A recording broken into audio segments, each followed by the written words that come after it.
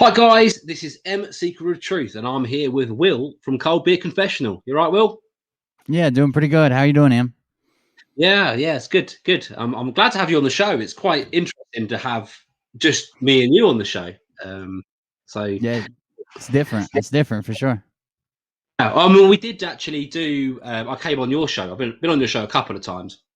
Yeah, yeah. Obviously, you do kind of long, sort of 3-4 hour broadcasts, and I can't stay on for 4 hours, but I'll come on and a couple of times that I've been on for a while. But I think about a month ago I did. I was maybe on for nearly an hour, or I don't know how long it was, 40 minutes at least. Yeah, I think it actually ended up being over an hour. You tried to leave it like 40 minutes, then we started talking about something else. You ended up being on over an hour of the show. Because I couldn't believe you stayed so long. But Yeah, yeah, well, it was a good segment. that's it. I didn't expect to stay so long. It was pretty late. Obviously, we've got a big time difference. I'm over here in jolly old England, and obviously Will's on the east coast. So I didn't expect to be on so long, but it went really well. It was a great chat. I was going to upload it on my channel, and I thought I'll leave it on your channel. People go and view there. But to be honest, I've not actually promoted that as such. So there you go. There's the promotion for that. If you guys want to see me and Will talking previously about Griftbustery stuff on his show, I'll leave a link in the description for you to go and watch that. And I believe it's at the beginning. It is at the beginning of your show, isn't it? So Yeah, it's like the first hour. it's within like the first 5 minutes. Like you were in the chat when I started the show, and I grabbed you pretty quick. Yeah. Go and check that out. It was a great interview. I was going to put it on my channel, but I'll leave it on Will's. Go and check it out there. If you haven't already, subscribe and like the video. But yeah, moving on. Let's get into this interview. So, what do you think of my background, huh? Yeah. What's going on with the flag? I don't recognize it. What is that one? This is the St. George's flag. England, and it's over here. Where you have football, as in real football, or soccer. Right now we're going through Euros 2020, which was meant to be last year, and now this year because of coronavirus and stuff. So there's very quickly. This is in support. This is my support for the England national team in the Euros tournament for soccer or football. And they've had one game already, and we played Croatia, who were in the semi-finals the last World Cup, and we're doing really well. So I'm quite excited, and I wanted to show my support. So that's the story behind. It's a big deal everywhere, but I mean, basically, the United States. When I was overseas, like in the military and stuff, stuff shut down for soccer games, football games. It's a big deal everywhere in the world, but here, basically. It's the most watched sport in the world. Yeah, I'm sure. And it's called, I think, it's called football, I think, in 80% of the world, or over 80% of the world. It is football. America don't, I mean, you got a lot of soccer fans over in America, and over the last sort of decade, they've taken the sport more seriously, especially as they've grown their the league sport and things like that, and also did quite well in the World Cup. I can't remember what it was. Yeah. They had some excitement building around the World Cup. They did all right. Yeah, I think America's not the only country. I mean, the thing is America's got a lot of pride, a lot of national pride, especially around their national sports. And so basketball, baseball, and American football sort of takes the spotlight and always has over there. I get that. I've got a lot of national pride in real football, as I'd like to put it. I'm sure a lot of Americans will leave some sour comments for that. But that's all I'll say about football. We'll move on because I'm sure not everyone's here to hear about that. I like it. But so Will, basically I wanted to catch up with you. I wanted to interview about your channel, about how we know each other. But before we do all that, I want to talk about Cirsten W. As you know, I did an interview with Cirsten W maybe about a month ago, and she came on and she wanted to talk about Charlie Ward and Mckay and a few others. Let's be clear. You did most of the talking. I did hardly any of the talking. That's sarcasm. Coming from an American, that's pretty witty. Not that Americans aren't witty. I'm not putting that down. But sarcasm is something I've always understood that Americans find hard to grip. But you've got a handle on it there, Will. Oh yeah. Yeah, I didn't do most of the talking. I started off by talking, and then I let Kirsten talk. And boy, she did. Yeah, she had a lot to say. And she didn't. She said that she liked Charlie Ward and things, but she rightfully had come forward to dispute the intel and some of the truth coming out from that network. And I thought that was very brave of her, because she was tight in that circle. So I even said so at the time. It could impact her ability to earn in a way, because a lot of these YouTubers they earn through what they do and through networking, and a big part is network. I think this is a big part of why a lot of YouTubers will either ignore what's been exposed about these people that are lying and giving false hopes and taking advantage of people, or they will just distance themselves and not mention it. Sure, yeah. That could definitely hurt her appearing on anybody's show or speaking with people or I don't know how they disseminate information either. I'm sure they're sharing information behind the scenes sometimes, like somebody figures some intel out and gives it to their people, maybe. And it goes round. Could really cost her some money for sure. Well, this is the thing, and so I said at the time, and I'll say again, I think it was brave her coming forward and speaking about that. I mean, whether or not some of the intel that she'd put out in the past is questionable. To be honest, for me, for what she was doing, that was kind of beside the point, because she was someone that was there, that was part of the Charlie's Angels, or even created the Charlie's Angels, as she said, and was actually, someone from the inside having the guts to talk about what she thought, what is the truth, and there's obviously going to be a backlash about it. And there was. I mean, even in my comments, people were sour, mainly in her comments, because obviously her following, different to my following, a lot of people follow me because I speak the truth no matter what, and no matter who it hurts, as long as it's true, and obviously I don't want to hurt people, but you know what I'm saying. And with her following, some of them are probably diehard Charlie Ward fans, so she's got a bit of slack for it.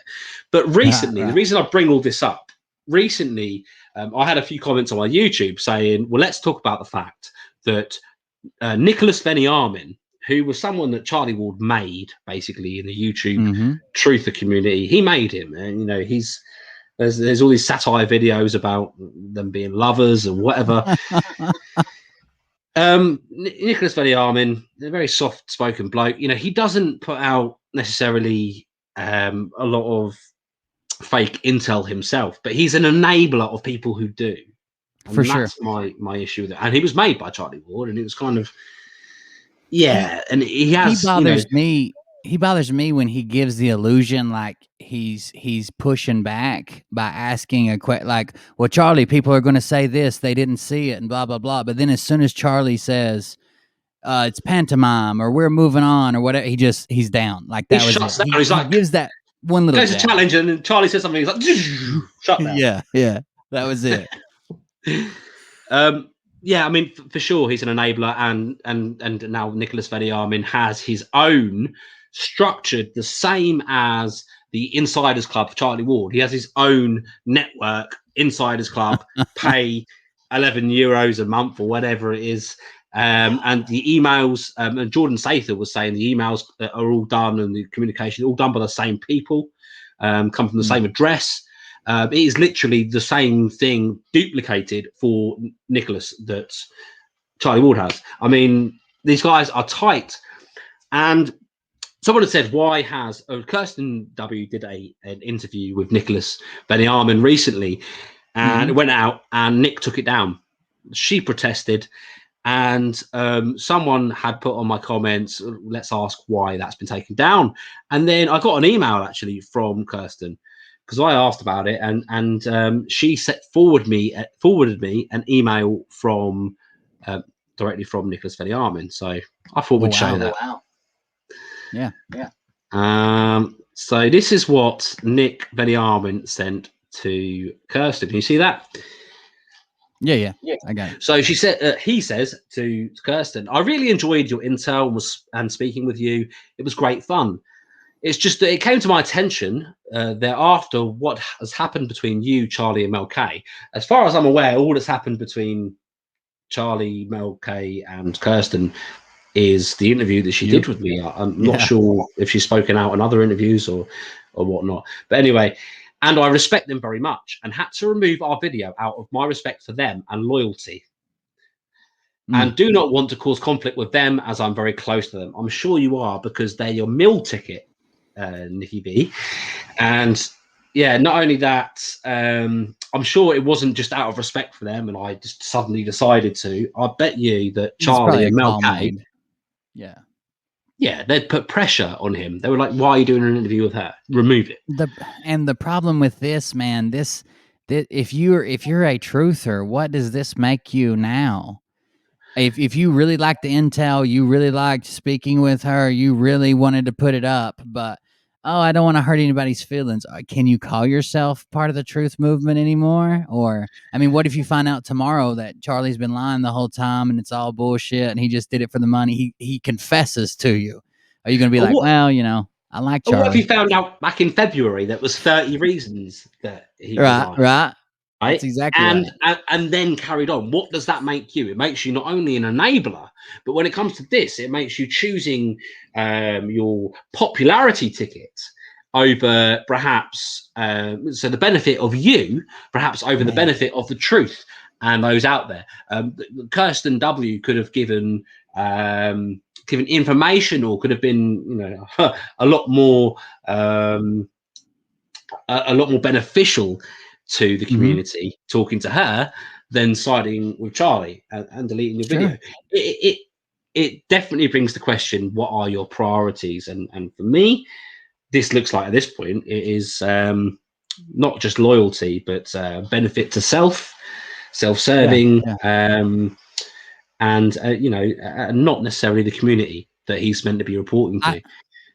I don't even consider myself a truther, and I would be offended. I think the worst thing I've ever had, like the biggest controversy I've ever had happen, is someone asked me before to hold a live interview, like because they had a recorded interview come out. Like, can you wait and do that until after this comes out? But I've never had anybody that I hang out with on YouTube be like, "Oh, you can't interview that person," or if you do, you got to take that down. Other than the people it's about, of course, but like not someone who's supposed to be my friend or partner or does the same thing that I do, whatever it is that I do. But they, I've never had that request. That seems weird.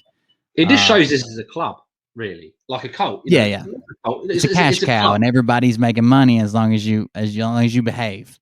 You got to toe the line. You dare speak out about someone who might be filling their followers full of BS.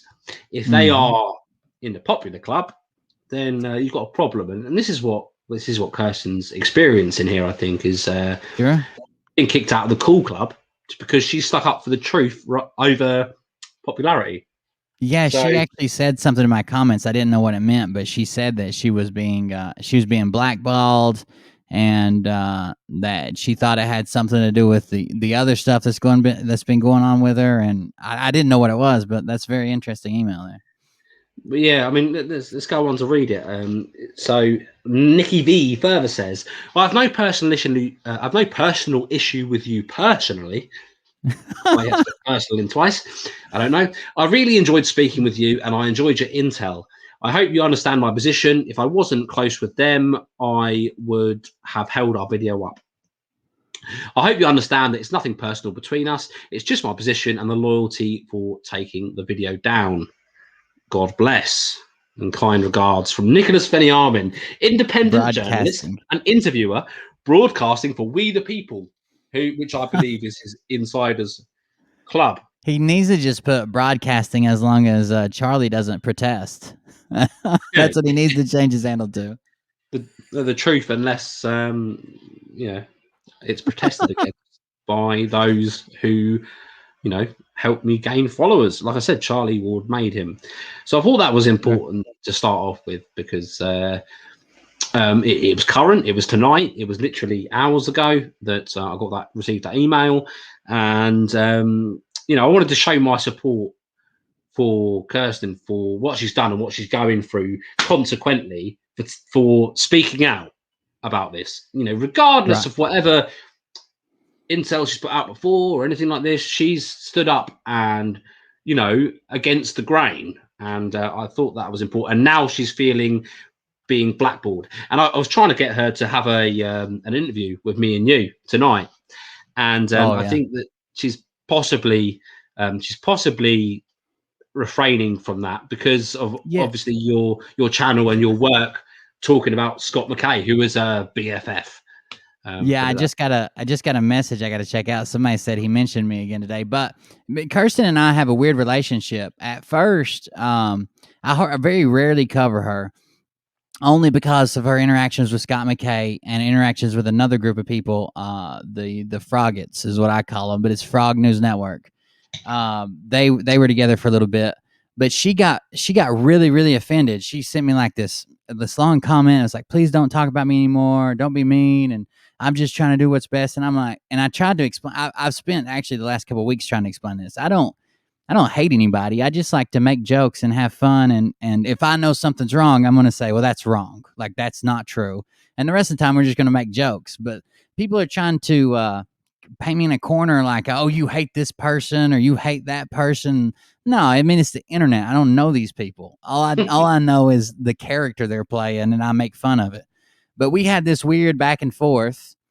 And then she was with Doug K, is what she calls him, like Mel K, but Doug K from the Froggets. And they had a weird interaction and breakup. And then I stood up for her. I was like, hey, it was probably for the best for you. Like it seemed like a really weird relationship you guys had, blah, blah, blah. And she even said to me in the comments and on her live, thanks for being respectful. I didn't realize what was going on. You just make jokes, blah, blah, blah. But man, that Doug K guy from the Frog News Channel, have you seen how he melted down? No. So, I saw that he had a meltdown. I think it was in your Telegram chat. Someone had said about it. And then I saw that you had ripped the video before you took it down or something. And I was like, great, I'll watch it. And of course, obviously your show always goes on very late at night for me. And sure. I set up to watch the show and I fell asleep. And then I never went back to view it. So please explain for us all here what happened, what went down. Well, so they teamed up together, and what was happening was it seemed like Kirsten was on his show once a week for a couple weeks, and he was on her show on Wednesdays once a week. And the third wheel guy, which seemed to create some more pressure. There's another guy named Mike who's supposed to be the co-host, 50-50 partner. He wasn't going to Kirsten, and some of the Frog fans didn't like Kirsten. Some of the Kirsten fans didn't like the Frogs, so it was a strained relationship from the beginning. And Kirsten has a way about communicating like what she wants, kind of direct and laughing at the same time. And some people take it as passive aggressive. I just think, I would rather her talk like that. At least it's direct to the point. She's not like beating around the bush or nothing. But be true to herself, right? It seemed like there was some strain on the relationship, and then all of a sudden it was over, and no one really knew what was going on. Kirsten kind of mentioned, we've parted ways. But then after that, Doug come on. He's like, she was mean to me and she mistreated me. And you wouldn't believe all the things she had me do. He called her the devil, said that she was the devil trying to hand him a bar of gold. And he turned away, thank God. And he had new intel people. And that was a meltdown at night. And he had his new intel guy, which is a guy who works with Brad Barton, another person I cover. His name is Tim Bonafide. He had him come on, and Tim seemed mad about something and about Kirsten. And they're like, we're going to expose her. They said they were going to dox her phone number so everybody could call and tell her that the show was on. And then they were going to set up a hotline and an email address to send in if she had ever done anything bad to you. And they had a whole laundry list of people. And then at one point they called her a $20 hooker and said that they said they were going to lay her down like a $20 hooker. It was so weird. Like, and then at the end of it, they all prayed. So there's that. So they're the ones of God. After all of this, after calling a $20 hooker, all of this stuff, they're like, oh, but let's pray because we're all about Jesus here. They just left Lynn Wood. You know how Lynn Wood's on the Christian and the kids, and they just left Lynn Wood's farm when all this happened. That Tim Bonafide and Brad Barton had just left there, and they seem to be convinced that she's some type of Jezebel spirit, as from the Bible. And they dogged her out, talked about how they're going to kill her and she'd never have any friends again and she'd never have a good show. And then they're like, okay, let's finish up in prayer. So this is the Frog Network, right? This is the Frog News Network. I'll send you some clips when you edit this together. But and then the next day was supposed to be their big expose show. And in the morning, they almost had a live stream, like an in-person live stream that didn't actually work out, like the phone wouldn't work or something where Kamala Harris was. And but they still pumped it up again. They said, make sure you tune in tonight. It's going to be like Monday Night Raw, because it was on Monday. And it's going to be like Monday, which is a wrestling show. And then they're like, it's going to be big. I got that. Oh, okay. They just hit me that you might not watch wrestling over there. But mate. They're like, it's going to be... I've been watching it since back to the late 80s. Sorry for the wrestling interjection, but yeah, I do love wrestling. I didn't know that. Yeah, it got rubbish after the early 2000s, but massive Bret Hart fan, massive Stone Cold Steve Austin fan. Wow. And actually an avid watcher. It's kind of my guilty pleasure, my geeky guilty pleasure is watching 80s and 90s wrestling. And the 90s wrestling gives me nostalgia because I used to watch it as a kid religiously. So there you go. Fun fact about M. He loves wrestling. Yeah, did they know that beforehand? Did your channel, you ever talk about it on your channel beforehand? No. This is an exclusive. That's what I thought. We got a secret. A Bret Hart t-shirt, and someone in the comments wrote, let's get down to the real question. Is that a Bret Hart t-shirt? And I was like, yeah, someone noticed. No, I don't usually talk about wrestling. To be honest, I think probably pretty much everyone viewing this is probably not interested. But something to know about me. The one fake thing that I say fake thing, the one choreographed, fake made up thing that I will allow is sports entertainment. I got you. Because I do enjoy that. It's the pantomime and the whole thing. Some people might think me geeky, sad, whatever. I love a bit of wrestling. I always have. I don't like the recent stuff. Anything probably after 2005 odd. I stopped watching around 2001 when Stone Cold Steve Austin finished his career. But enough about that. It's just about football. Talk about wrestling. Something. I'm a big fan. I probably watched the same era you did because I graduated high school in 2007, and I remember watching it in middle school, which would be grades 6, 7, and 8. But I didn't watch it through 9 through 12. But I did watch it for a while, so that would have been around 2000, around there. So 2003 maybe the latest. But yeah, that's interesting. But anyways, Doug said it's going to be like Monday Night Raw. You better tune in. Everybody better be here. He even clickbaited it by saying, "Oh yeah, it might be so bad we have to put it on our new website. So if you don't want to miss it, make sure you go over to our website and sign up for our new newsletter. Because if we don't have it here, you won't get a notification, and you'll have to have the newsletter over there." And then they all showed up and said that they had spoke to God, and God told them not to be mean to people. And people know who they are, and they weren't going to do it, and they weren't going to do after all the mean stuff they had said. I told Kirsten that I thought they went too far when they're like, "Oh, it's a Jezebel spirit and a $20 whore." Like, it's the internet, guys. And apparently, all of this was over. Doug is a big Christian. He's a big Christian advocate. He likes to bring up God all the time. Second to his numbers. He likes to bring up how big his channel is, and then he likes to say, "Oh, by the way, that's because God did it, not me," after he brags about it. And he also had a psychic lady on, apparently, that claims that since the day Trump came down the escalator and ran for office, or decided to announce he was running for office, she's been working for the Trump team as like she does telepathy and like psychic shit. But the weird fact is, up until last week, Trump didn't know she worked for him, and his team didn't know, and none of the Secret Service knew. Like, no one knew but her. And then she told him last week, and now they're all on board with it. But so Right, okay, so no one knew all this time. She's like, "Oh yeah, I work for Trump." No one knew. No one knew. Last week, she told Trump, "Hey, I yeah, work for you." apparently, Oh, right, okay. apparently, she claims that she was using telepathy to send him messages and different things, like. Of course. And he's like, and when she told him, he's like, "Oh, that was you. I knew somebody was helping me, but thank God that was you. I was afraid it might have been the enemy." So Kirsten prides herself on her fundamental beliefs, and she told Doug, like, "You brag about your numbers too much.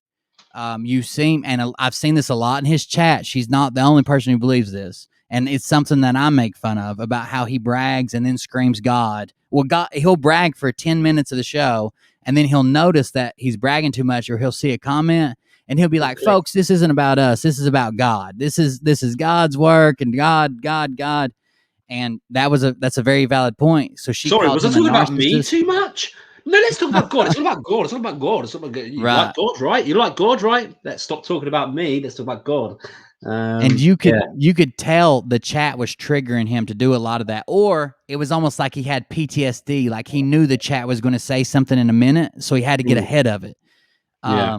And the psychic thing, Kirsten told him, like, "Hey, you can't claim to be like of God and for God and about God, and then bringing on random psychics and witches or whatever, to the Bible's not too friendly to people who can apparently summon like demons and see the future and all that stuff." So she pointed that out as a fundamentalist belief, and he used the F word with her, and she quit talking to him.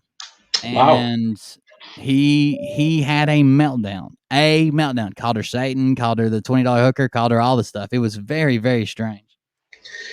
Wow. Yeah, that's interesting.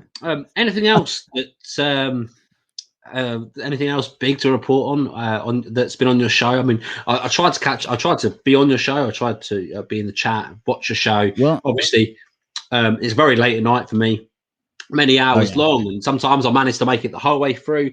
Usually 20 minutes, an hour. I see you in there pretty early. And if I don't get started early, I see you in there like just for a little bit. But you're even in Telegram sometimes saying, "Hey, is he going to start it or what?" Yeah, like literally I'll get the blues because you used to do like every single day. And now you do like, I think 4 days a week. And on the days off, I'm like, is it Will's day today? I need it as background noise. Because when I'm editing videos, actually, I'll put on your show and I might comment at the beginning, then I'll be editing my show. And it really, it's like, you know how like classical music is meant to be good for, kids doing homework. It's white noise, baby. Researching. I'll put you on in the background and I'll sit there editing my video, and it gives me, I don't know, it works. It'll make you an alcoholic and a drug addict. That's what it did to me. But but the thing is nothing works. If you're not on, I end up sitting in silence or put music on, and it's just not the same. I'm like, where's Will? So here's the good news. We actually just started going back with 7 days a week for a while, just because we trying to get some stuff done, and we're actually I'm building like crazy. I actually got my first ever email from YouTube that just told me like how good I was doing. Like my views and subscribers and stuff were up like 300%. So I'm stoked about that. And it's God. It's God doing it, not me. Yeah, of course. Let's not talk about yourself too much. Don't want to be a frogget there. Let's talk about God instead. No, let's not talk about God. Let's talk about your channel. Actually, I do want to talk about. That's why one of the reasons I wanted to. I'm interviewing you. We'd spoken about it briefly before. I can't remember whether it was in Griftbusters. I think it was the first one, maybe. So your channel. I first discovered your channel when you were reviewing 30 Reasons I Don't Trust Charlie Ward. Yeah. This is how I met you, started messaging you. This is also how I met Tony from the Veritas Machine. I saw him reviewing 30 Reasons, and I liked to review, and I talked to him. And then obviously me and Justice have known each other a long time. And I spoke to him and I was like, what do you think about doing a show with these American lads? Because watch them both. They're both funny in their own way. So he watched them both as well. He was like, yeah, these guys are cracking. So I then obviously reached out to you. I reached out to Tony. I got you in touch with Tony. And then Griftbusters was born. And I was like, this is my vision. This is what I want to do. I want to get the four of us talking about, because I watched your show. I want to get the four of us talking about what these people are doing, what these grifters are doing. Because after watching your show, I saw that you were reporting on people that were grifting, basically. So you were doing what I was doing, but in a different way. Tony was doing the same thing. Me and Justice obviously have always been doing, exposing the fake king and all this together before, and Charlie Ward and that. So it just seemed like a great idea, and it was. And it worked. We did Griftbusters, and we've done 5 shows now. And it's been good fun. I honestly thought when you first contacted me, I was looking like I was and still am the smallest channel. I thought you just like I thought it was just like I thought you all already had a show, and I was just coming on for like an interview. I think I even sent you a message after the show, and I was like, "Thanks for having me. If you ever want to see me again, like I'll come on again. No big deal." And you're like, you're part of the podcast. That's right. I remember that actually. After the first Griftbusters show, so if you guys go back and watch the first Griftbusters show, Will thought he was a guest, and this was a panel that we'd obviously built. And the thing is Will took care of all the logistics. So he took care of this background we've got now. We've put on from Griftbusters. He took care of the when we're playing the videos, took care of the volumes. I mean, like he's got the technical know-how. Anyone watches my YouTube channel, I mean, I've edit videos and things like that, but I couldn't do a live. And this whole, I mean, what is it you use? OBS. OBS, yeah. I mean, too technical for me. So we were so glad, me and Justice especially, to have Will on board. That was just like, I tell you what, I could put this as a background. I could do this. We've got so we had the designs for Griftbusters. The Charlie Ward-esque, Ghostbusters-esque type thing, and we got the theme music. I got the theme music approved from the people who made the Griftbusters theme music. I made the intro for it and everything. This was all before we'd even done the first Griftbusters, and I was like, this is going to be a banging show. And I'm surprised, even if me making the intro with you featured in it, that you thought it was going to be a one-time thing. Well, I literally thought like I honestly thought that me and Tony were both guests.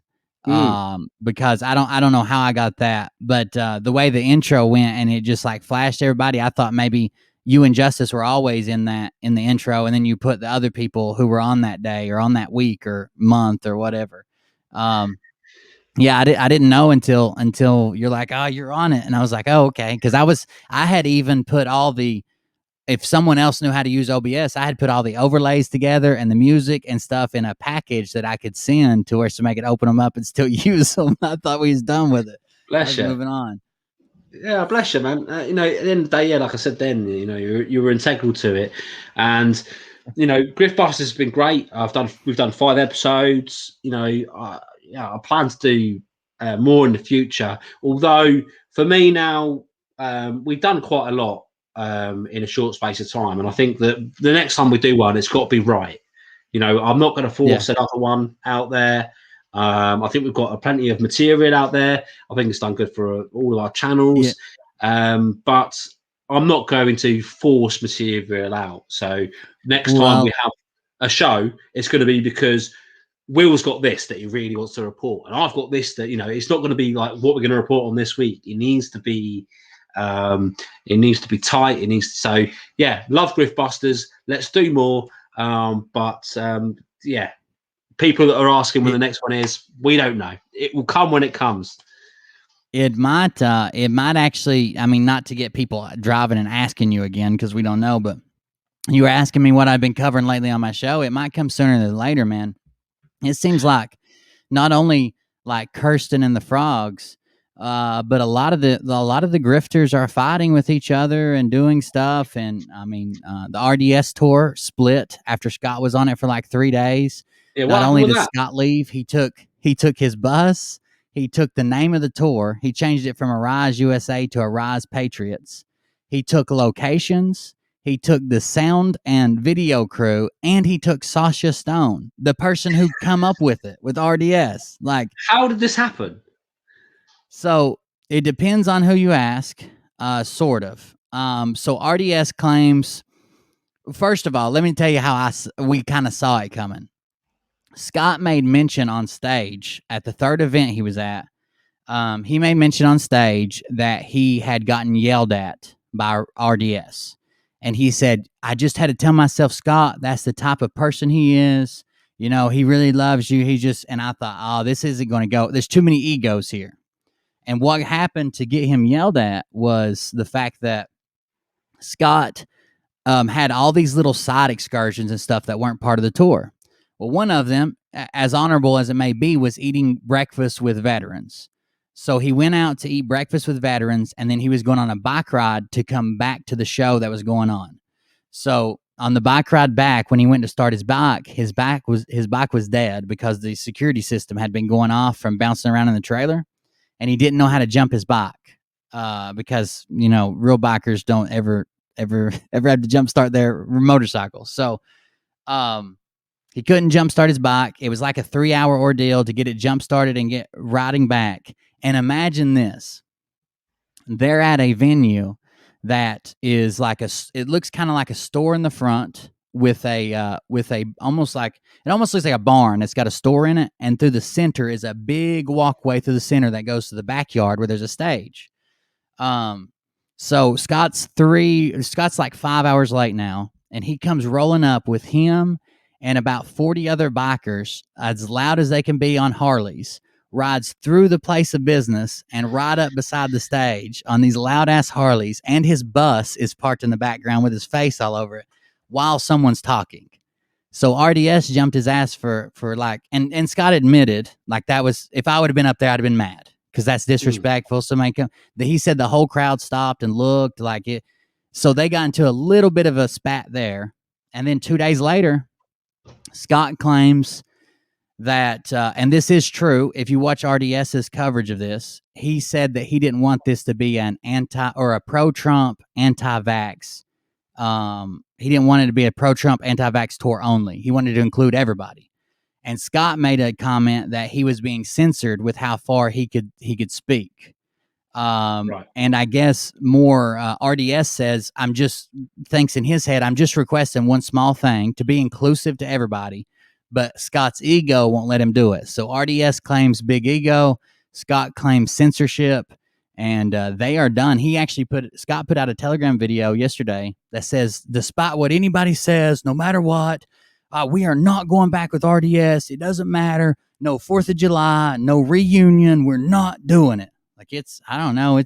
They're all at each other's throats right now, and I love it. It sounds like that big egos are colliding over it. Sure. If anything, you say it was one was censorship, one was the ego, but I think that to be honest, but yeah, you've got a tour of a bunch of egotistical people with their own buses, with their faces painted on it, going around the country, and even I noticed that Sasha Stone's reporting of it. I mean, it was all the kind of the Sasha Stone show. Oh, wow. So yeah, RDS even mentioned that. Like, yeah, he said, I'm not here to introduce America to Sasha Stone. I'm here to have a conversation with America. And all of it was like, all the video. Sasha claims that he's making a movie, and he got $24,000 donation from the tour. The 5 days before the tour started, they wrote him a check for $24,000 for a movie. But all the footage was him carrying around a laptop, and you have to look at his head and his chest and his crop top he's wearing. And there's some stuff going on in the background, but like, that's going to be such a bad movie. Yeah, I mean, I might have to watch it if it comes out, just to be informed. Watch party. As someone who will report on this sort of stuff, but as an average person, I wouldn't advise watching it. Okay, so more to come about this Arise tour or whatever. I mean, whatever Scott's calling it. What's he calling it now? They're both the Arise tour, Arise Patriots and Arise USA. Okay, so this splintered tour, these fake truthers, I say fake truthers, these guys, these personalities, these egos are eating themselves, eating each other now, and For sure. yeah, it's getting messy. So yeah, maybe you're right. Maybe a Griftbusters 6 will come sooner than I predict. But let's move on. Why I had you, I wanted to do this interview because I wanted to talk about Cold Beer Confessional. This is, interviewing Cold Beer Confessional channel. As I said, we spoke about it a bit before, but yeah, can you give me a bit of background? How did you start your channel? Like, who are you? Because, I know that you're a veteran, and that you've got this YouTube channel. How did this all start? How did it take you to where you are now and the shows you do now? And, and how did you, obviously we talked about how you ended up being in Griftbusters, but how did it get to that point? Sure. So I've always been interested in YouTube and like making YouTube videos. I used to be, I wasn't a co-host, but I was like an extra chair on a podcast for a little bit.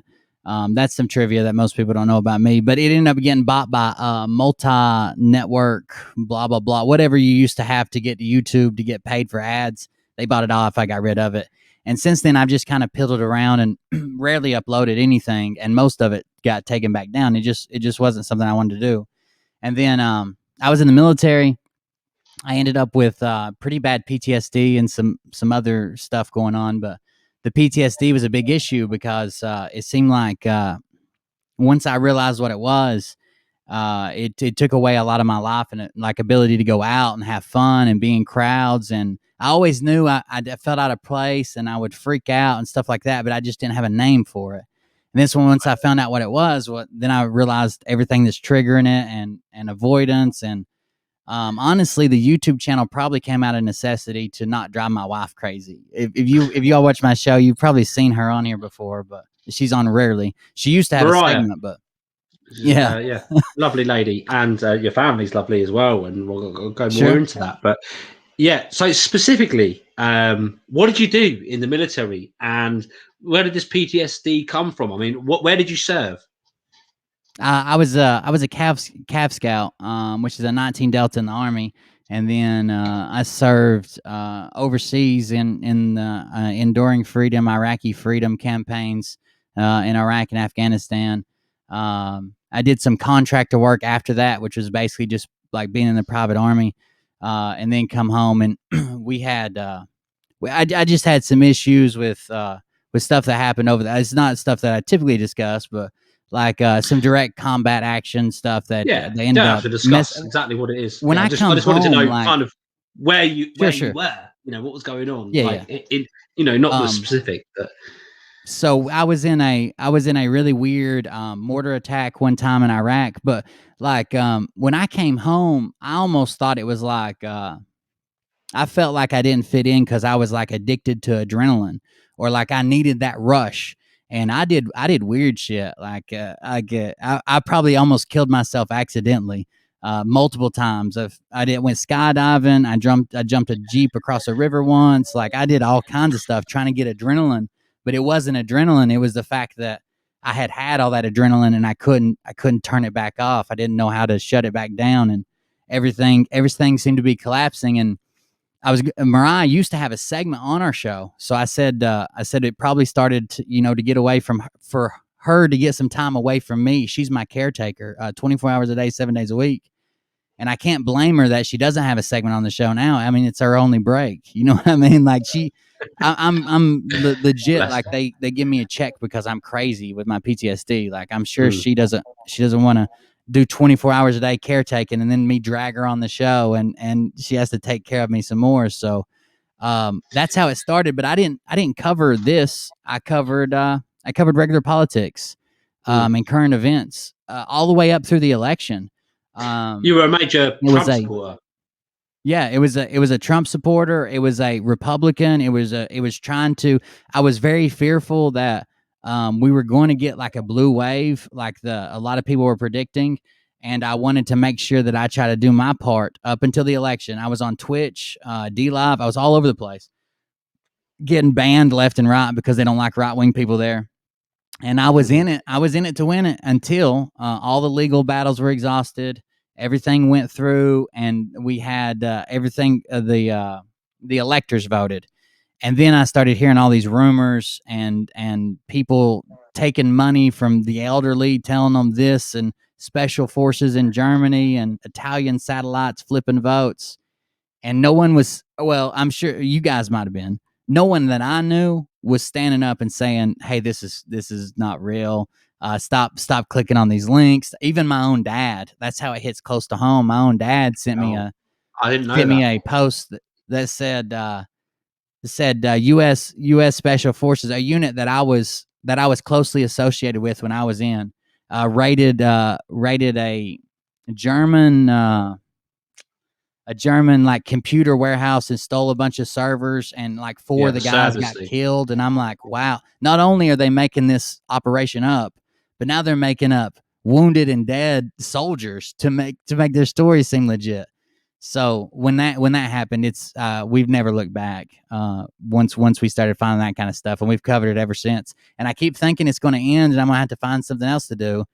But man, they just keep pushing that field goal, don't they? Keep pushing it back. Um, yeah, kicking the can down the road, and for me, I didn't start my channel grift busting or wanting to. No, actually, that's incorrect. I wanted to start a channel talking about. You said that earlier that you wouldn't say that you're a truth seeker. I regard Yeah. myself as a truth seeker. I've spent over 18 years looking into the conspiracy world or alternative Sure. truths, right? And I think there's a lot that's not being told. Our history has been hidden, it's been altered. I mean, we spoke about it in the last interview. Again, the links below for the last time me and Will spoke, which is on Will's channel. We talked a bit about 9/11 and the whole Yeah. controversy behind that. There is so much out there. However, recently, over the last couple of years at least, and especially over the last year, there has been a lot of bullshit infiltrate this community. And this is how I found Will, two kind of different but like-minded people from across the pond that are obviously going, hang on guys, but they're talking bullshit. And it's kind of what our channels have become, isn't it? Right. So I've been so happy to hook up with your channel. I've been so happy to hook up with you. You've now become a good friend of mine, not only an associate on YouTube, a good friend of mine, someone that that I trust, have a lot of respect for. I enjoy watching myself, joining in and your community. As you said, you were saying earlier, you have a small community, it's growing, but your community is intensely behind you.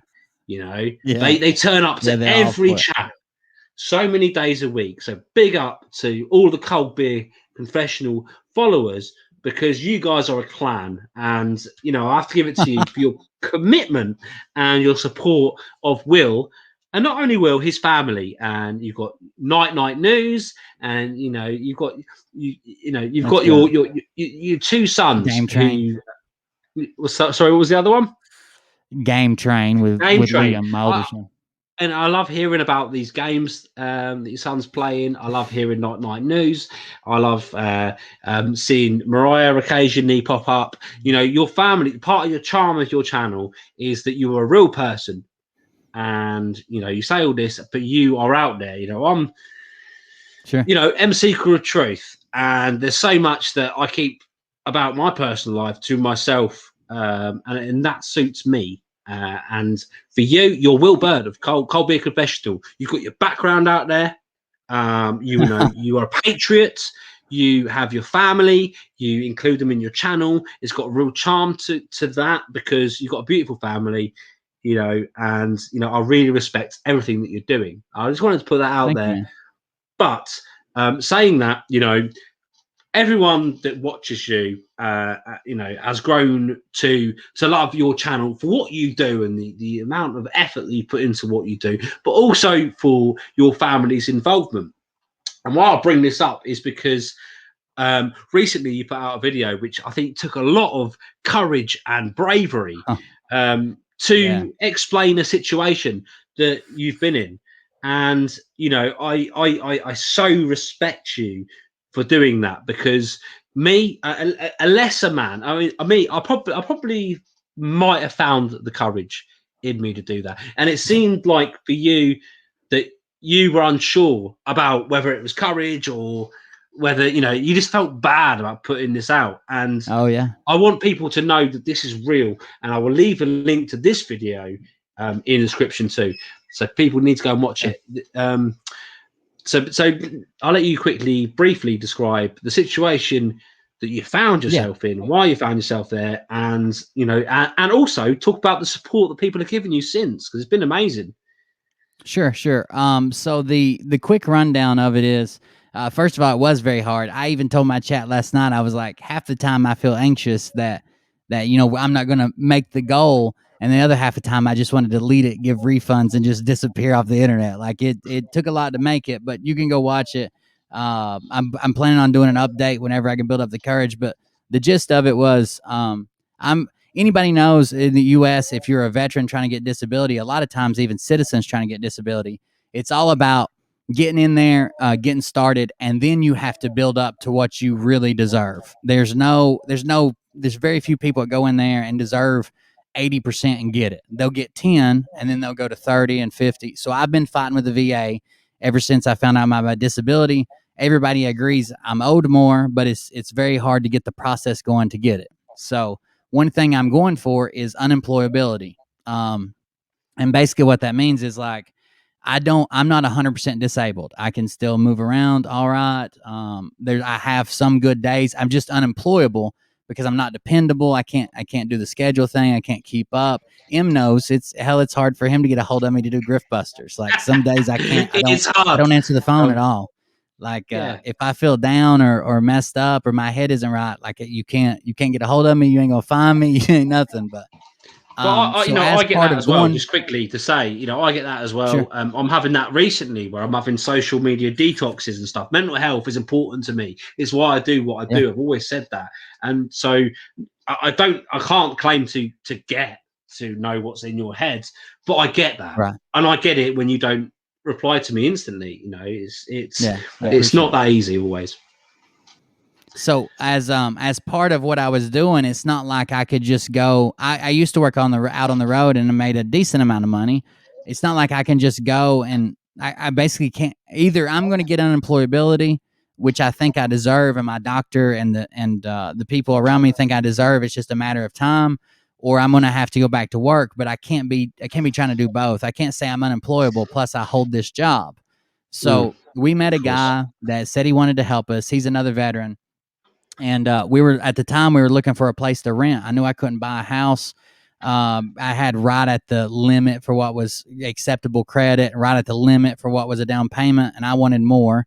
So this guy told us that he would let us rent to own, basically. And part of signing up for that was he needed his cabin livable. He has a cabin up in the woods, and I went up there and worked for 6 weeks on his cabin and got it livable, and then got this house and signed a little contract in hindsight that didn't stand up, that I should have went and got. That's some of the stuff I messed up, was I should have got a more foolproof contract from a lawyer or whatever. But anyways, in writing. We were supposed to have, because I knew that it generally takes 3 to 5 years to get your VA stuff settled.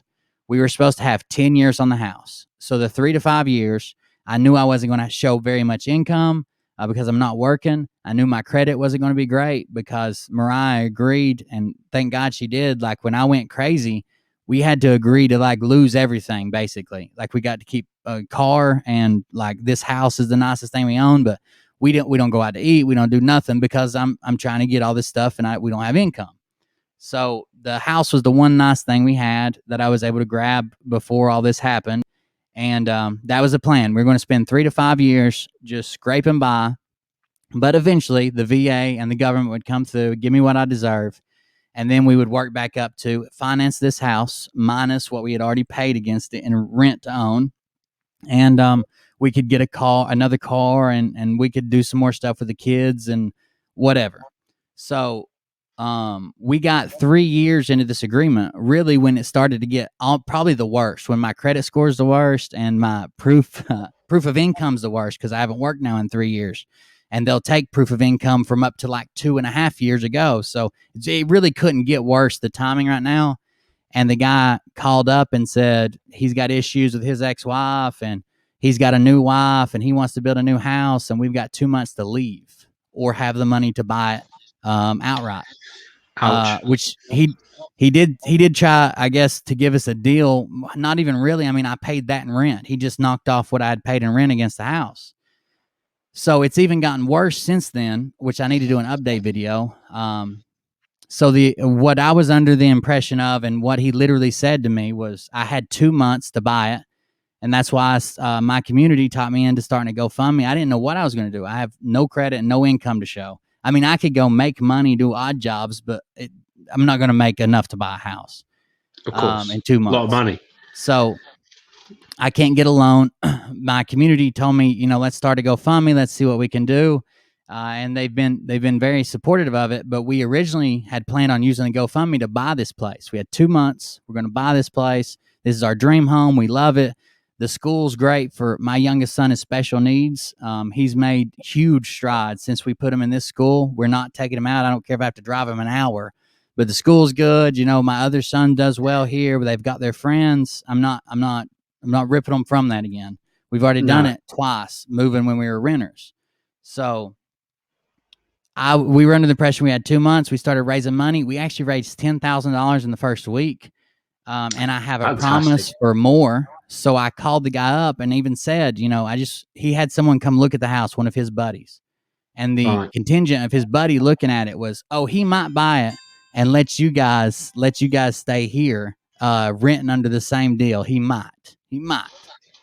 And then he texted me back and said, it looks like he's going to buy it and let you guys stay there. That was a lie. Wow. And the 2 months that we had to buy it was a lie. He said what he actually meant is I had to have the money the day he told me, out of the blue, never mentioned it before. I either had to have the money that day or I had 2 months to leave. So there may be like some legal stuff that goes on with the contract and this and that. But that'll be months down the road, and we're going to have nowhere to live in 2 months. So it seems like ideally we would, I don't know if we'll ever get a ton of money. A lot of people seem to think we will and get enough money to buy a house, but whatever I can take to the bank and say, hey, I have this down payment.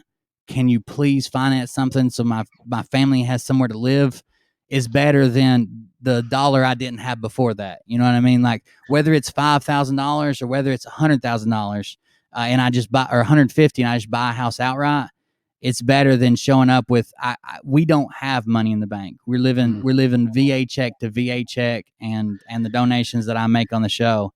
But hopefully it's something will come through. We got 2 months to move out. The house is already sold. It's so, even though he told me he wouldn't rush to sell it, he sold it within 6 days. And we've got written paperwork to be out by August the 12th, or that's an eviction notice, and then I guess the cops will come throw us out. But so the story is, have to figure something out. You got to figure something out, and the story is you're being kicked out of your dream home, one that you thought you had for 10 years. It's been cut unduly short, and you've been got caught. You've got the short end of the stick. You basically had no idea what you were going to do next, and you wanted to have security for your lovely family. And your fans, not you, your fans started a GoFundMe.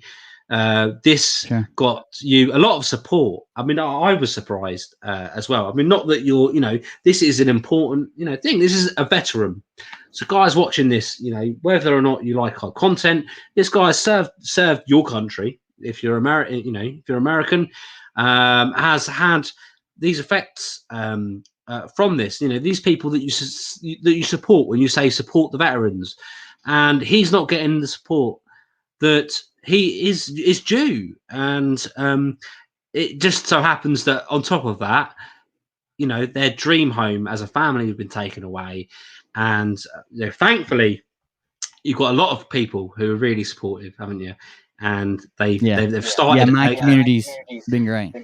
Yeah, and they have, and they've done great. They've started a great Kickstarter campaign to help you, and if that means that they help you get enough money to secure yourself a place elsewhere in terms of a down payment or even enough months rent, whatever it be, the money helps. And so, me being not someone that usually advertises any causes or whatever, I have done with mental health. This is a cause that's important to me, being it someone who's now I regard as a close friend, but not only that, a story that you really should take note of. So I'm glad that we could talk about that, Will. Yeah. There's been and I want to shout out everybody that's given. I mean, there's been a tremendous support, like, from my community and stuff. I mean, there's been a lot of hate from, like, YouTube and stuff, which I knew, like, if I'm covering grifters and I'm asking for money, that was going to come. But man, like, the way I tried to put it to some of the people who do not like me on YouTube that covered my story.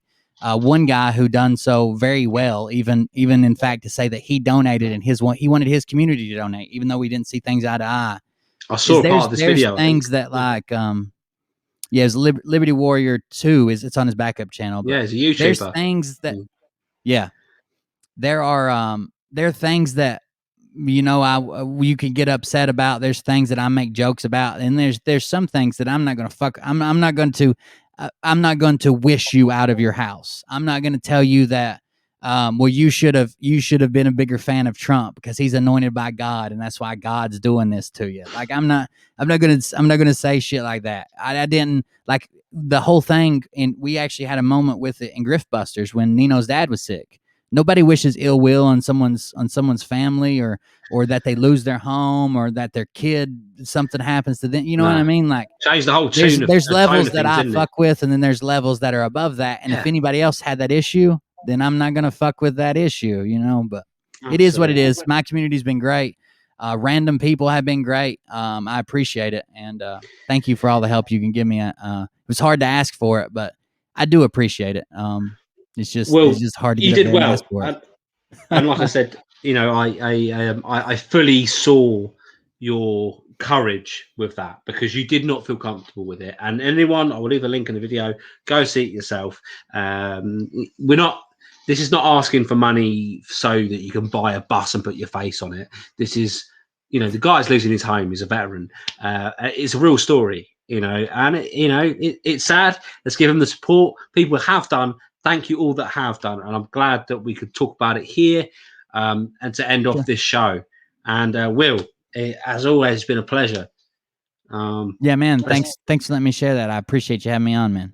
No, it's been great, and let's do another one, just me and you at some point. And it's always good. I'll come on your show next time. Did your show, you did mine. I'll do yours next. And guys, go and follow Cold Beer Confessional if you haven't already. Will Bird, this guy, puts in a lot of hours, and he does. Anyone that's following me that knows of Will but hasn't subscribed yet, you need to go and check out his content, because he looks into these people that I look into. But he looks into, he watches the whole video, and then he'll go, "Well, that's a lie. I don't have the time for that." This guy, does. And it's because the difference of styles are what we do. And I love, you might catch me in the chat if you go and join in that. So subscribe to Cold Beer Confessional. Will, it's been brilliant having you on the show. So I'll see you again very soon, I'm sure. Yeah, man. Thank you. Guys, if you've been waiting for the next Glenn Ward interview, Charlie Ward's son, it has been pushed back a couple of times. A lot of people are asking me. Of course, as I've just said in the interview, in this video, that I've been having a bit of a social media detox. So please forgive me if I'm not responding as quick as I usually do. I'm trying to give myself a bit of a break here, but the Charlie Ward's son interview will come hopefully next week, and I've got some other interesting stuff lined up as well, which I won't reveal just yet, but it's coming soon. Keep following my channel, and thank you for following M Secret Truth. Follow Cold Beer Confessional, and take care, guys.